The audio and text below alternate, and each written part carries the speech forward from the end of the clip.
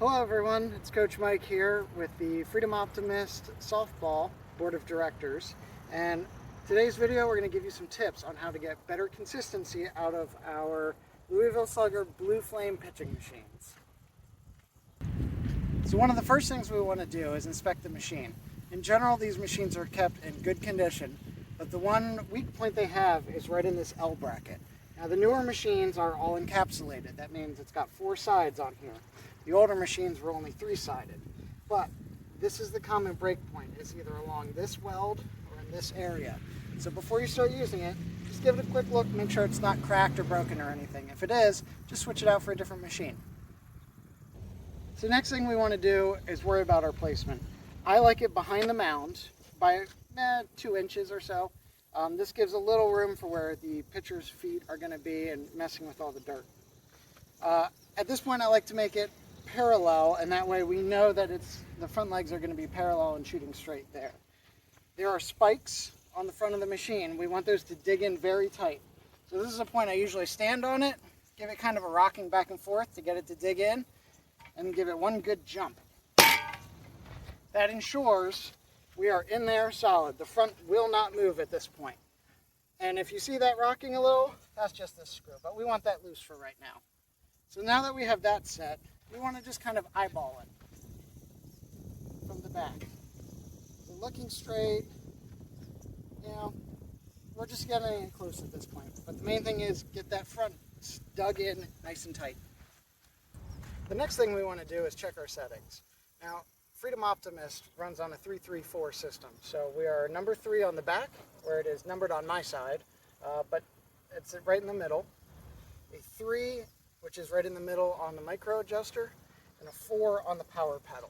Now if you need to adjust the power pedal, which you probably won't, it's a pull pin on here. We want it to go through both sides of the plastic, and it can be a little difficult to get it back through, but if you work with it, play with it, you'll be able to get it. Now you may notice that on the micro adjuster it is moved up or down a spot. Typically, I like to leave that how it is, even if it is adjusted, because the person before me probably noticed either the spring was really tight or maybe really loose, and so they've already adjusted it so it should be good. Typically what happens is you say, oh, that's on 2, it's not going to be right. You move it only to find out, the person before you actually knew what they were doing and they had it set just right. So typically I leave this and just adjust it as I go. The next tip we have for these machines, and we've already kind of worked out the height problems that we might have. It's part of the going side to side problem. Now, again, the biggest problem is people use too much power and they start moving the front legs of the machine because it's lifting up. But the back can also move. Keep in mind, we got players out here, coaches out here. Sometimes the ball's coming right at you and you got to duck out of the way. Sometimes the ball hits the machine. What I like to do is kind of make a nest back here. So I'll just come along the dirt, scrape a bunch up, and put it all around the back of this machine.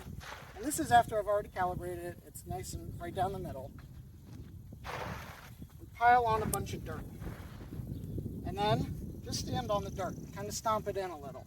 What we're doing is making it so the back of this machine doesn't want to move, because it has all this dirt compacted around it. So it's got tension there. So it won't want to move. It's not going to move from little hits, little adjustments. Even if you get a little too overzealous up here, that tension is going to keep it from moving. Then, during the game, if I do need to adjust left to right because the wind has changed or something, you don't need to undig it. What you can do, because there's so much tension, you just give it a stomp. That's moving it like 1/8 of an inch. 1 to 2 stomps is generally all the adjustment you're going to need. And that's really easy just to see, because since this is so buried in, we'll see lines form along the side if the back has been moved. That's one of the other key indicators of when I see another pitcher come in and the machine has moved, is you'll get these cracks, these lines back here. So I know coming in that I need to pay special attention to the left-right adjustments, because the machine has probably moved. And then I'll just come in and once I've adjusted, repack it in, give it a little stompy stomp, make sure it's all good to go. One other thing to keep in mind is when we're using a game ball, the ball is consistent. It's the same ball, it's a brand new ball. It's not changing pitch to pitch. But when you're using these machines to practice with, keep in mind that all your balls are probably different because you probably just collected them over time. So some balls are going to be a little lighter, some are going to be a little heavier, some might not be perfectly round, some will have better seams than others. So it's important to kind of try for the middle, and then if the balls, we're not going to adjust every single ball because every ball is going to be different. We're going to try to average it out and just say, in general, these are going a little too low, so let me raise it up.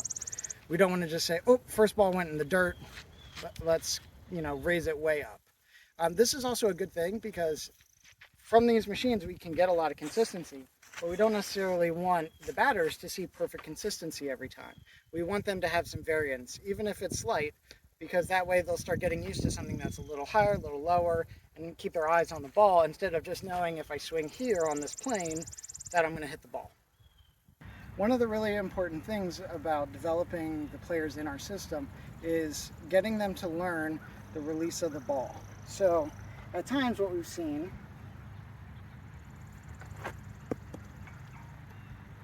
is coaches that will say, have a glove on their hand because they're worried about getting hit with the ball. I've been hit with the ball, it hurts. But what may happen is you have your glove on, you do a round, and then you come over to grab it. Well, that's not realistic because what the girls are seeing is after the ball would be released by a pitcher, there's a half second, maybe 1 second gap. So they're not learning the timing of seeing that ball be released.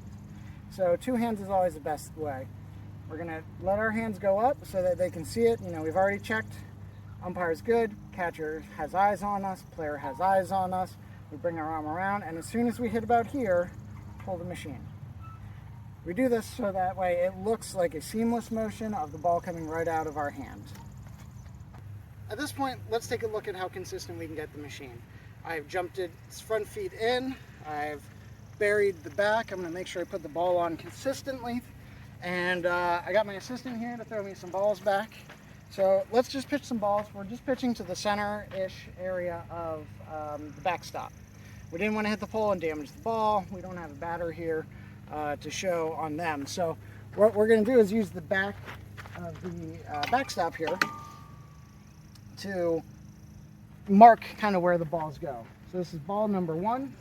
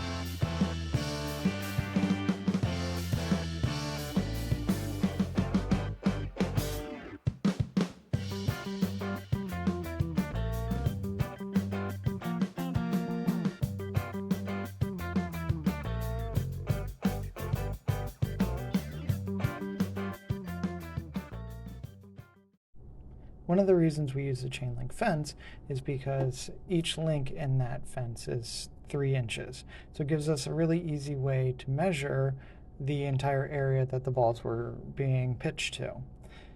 So if we look at all 10 balls, we run about a 13.5 by 13.5 inch area. If we look at ball number 1 and 10 and kind of look at them as outliers for whatever reason, then take them back out, we shrink down to about an 8 or 9 inch area and then a 10.5 inch area. So well within a strike zone. So now we're going to change things up. What we're going to do is put the ball in a different way. So in this case, we're going to put it in like this instead of our preferred way. Again, it's personal preference how you put the ball in the machine, as long as you're consistent with it. But we're going to change it up like this, and I'm going to give a demo of pulling too hard so you can see how the ball won't be in that desired area, the strike zone.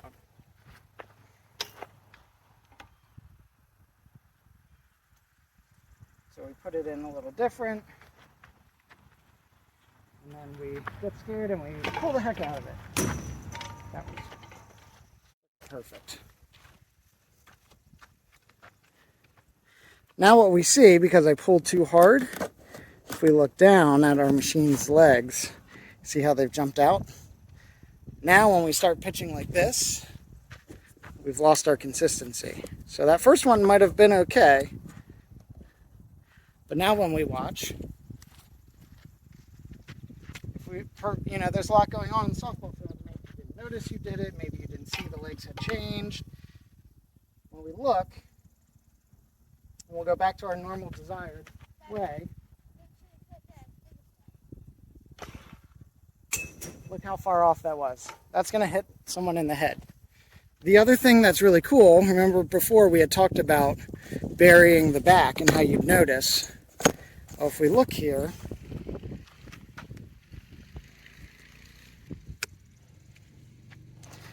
what we can see is you see there's a valley right there.